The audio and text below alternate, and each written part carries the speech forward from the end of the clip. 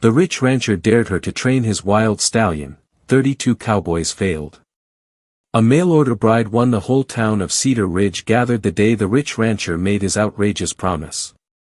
Under a blazing western sun, dust curling like restless spirits across the corral, men lined the fence rails with crossed arms and doubtful eyes. At the center of it all stood the most feared creature in 3 counties, a coal-black stallion named Diablo, a beast so wild that 32 seasoned cowboys had tried and failed to tame him. Some were thrown within seconds. Others lasted a minute before being hurled into the dirt like broken sacks of grain.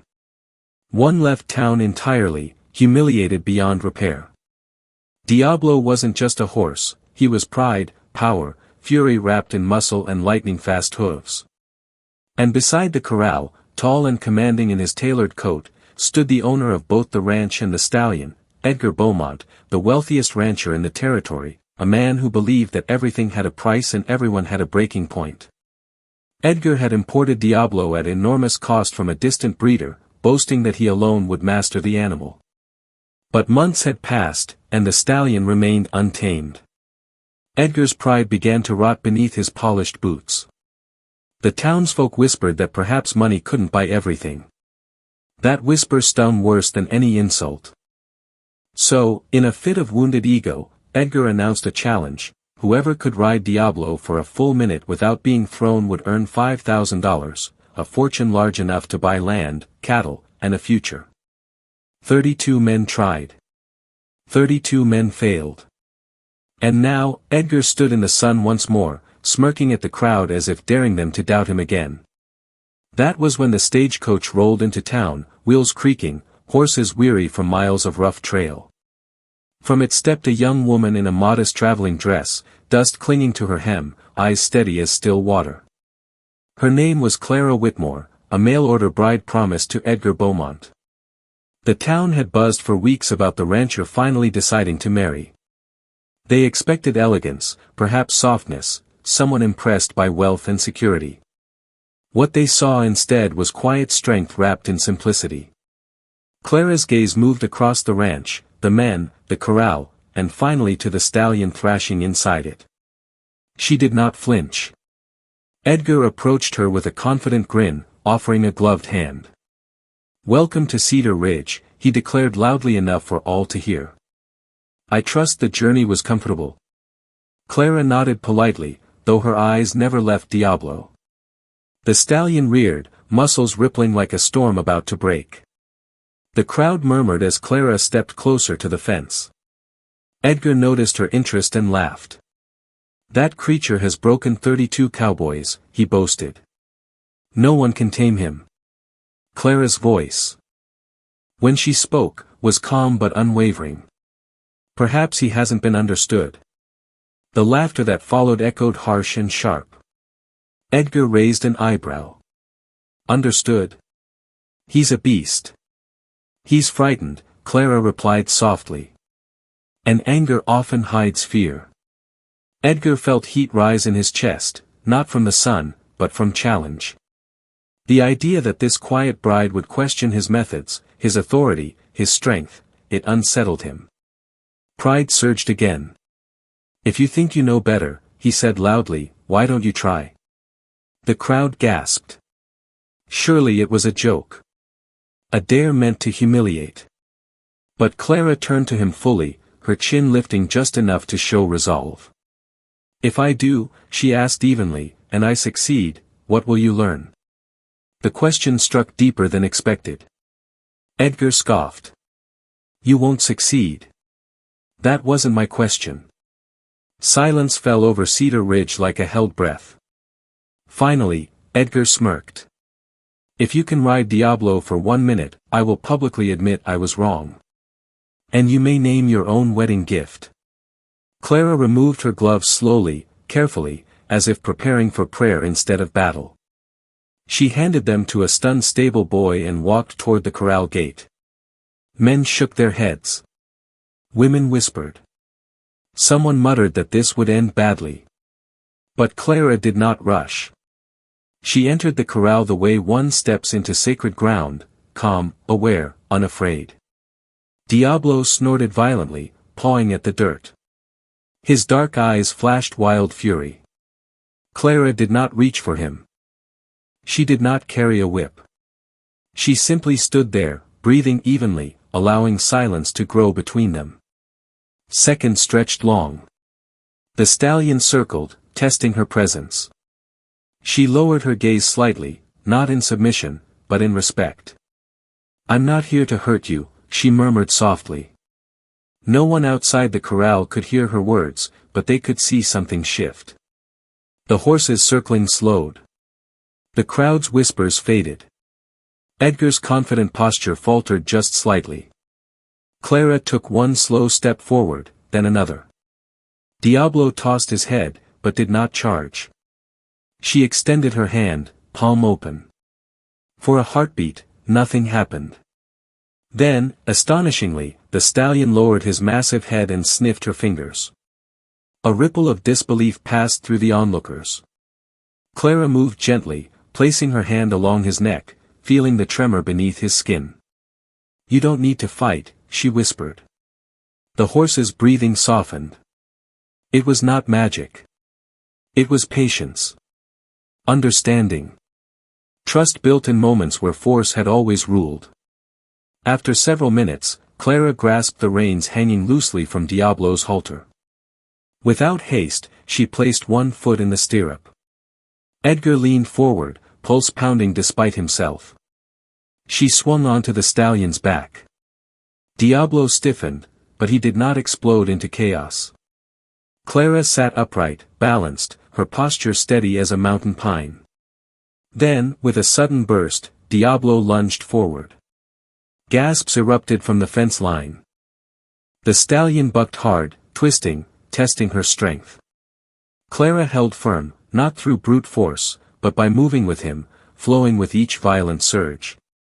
Seconds ticked like thunder. 10. 20. 30. Diablo leaped again, but Clara's grip remained sure. At 45 seconds, Edgar's smirk vanished entirely. At 60 seconds, Diablo stopped. Stopped. Dust settled around them as silence swallowed the ranch whole. Clara leaned forward, stroking the stallion's neck, her voice barely audible.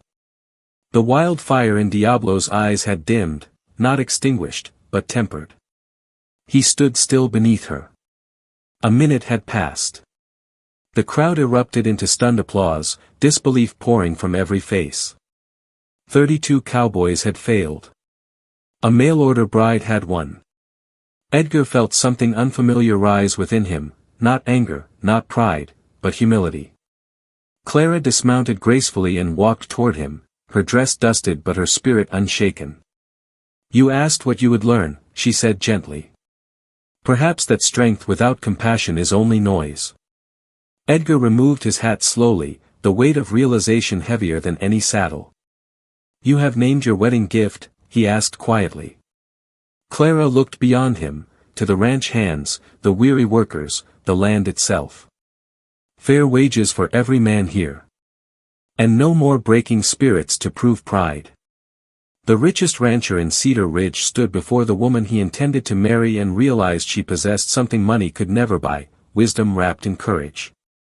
And as the sun dipped low, casting gold across the plains, Edgar Beaumont did something he had never done in public before. He admitted he had been wrong. And that was only the beginning. The days following Clara's victory felt different across Cedar Ridge. Word spread beyond the town limits, carried by traders and travelers who marveled at the tale of the mail-order bride who conquered Diablo. But Clara herself did not boast.